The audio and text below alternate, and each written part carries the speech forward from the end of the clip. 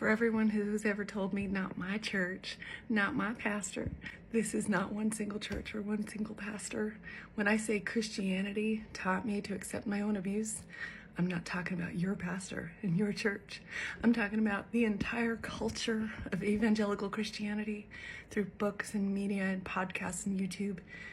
And I found something from my past, one of my old books, something that I had read, and I'd saved a snapshot of it. You can Google this. This is called 7 Basic Needs of a Husband. A husband needs a wife who respects him as a man. How does a wife destroy her husband's manliness? These are all the ways that a wife destroys her husband. This is what was pushed on me and what was in my head. 20 years of marriage. By expecting him to know what protection you need.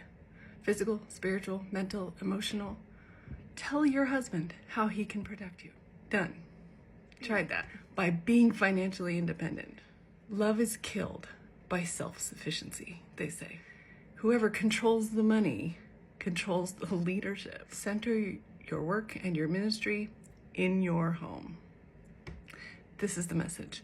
Do not try to do anything outside your home. Don't try to make your own money.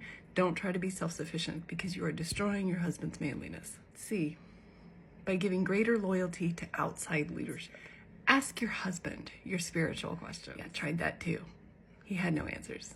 He didn't want to answer.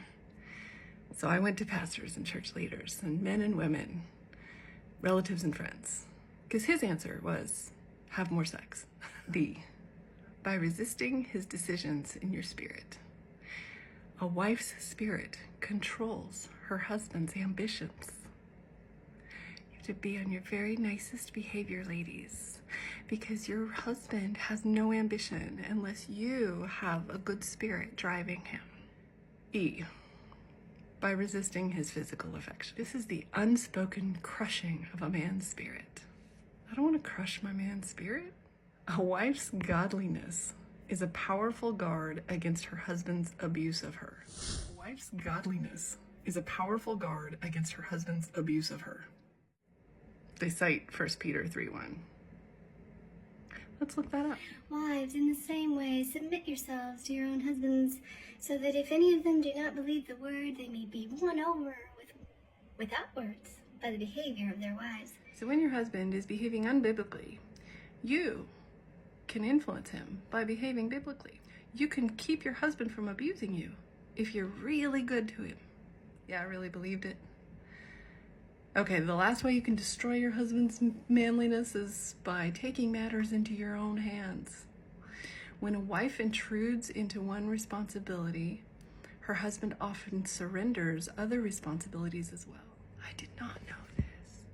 Do you mean men are weak? A man who doesn't, if a man is just, for a moment, he's lazy and decides not to do the dishes tonight. My doing the dishes for him is literally giving him permission to shirk his other responsibilities.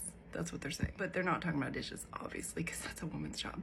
We're talking about making money, paying the bills, doing all the manly things.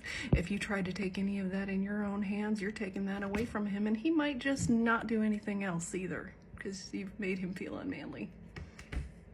A wife may avoid temporary consequences, but cause ultimate destruction. Do not become your husband's conscience. Wisely appeal wrong decisions and then give him the room to fail. That was the worst fucking thing ever. I heard that over and over again. Give him the room to fail. Even abuse was his room to fail. If he's going to fail, that's on him. They always said that, right? It's on him if he fails, but it never was. It's always, always on the wife. When he fails, it's, oh, but what did she do? Did she respect him? Or did she destroy his manliness?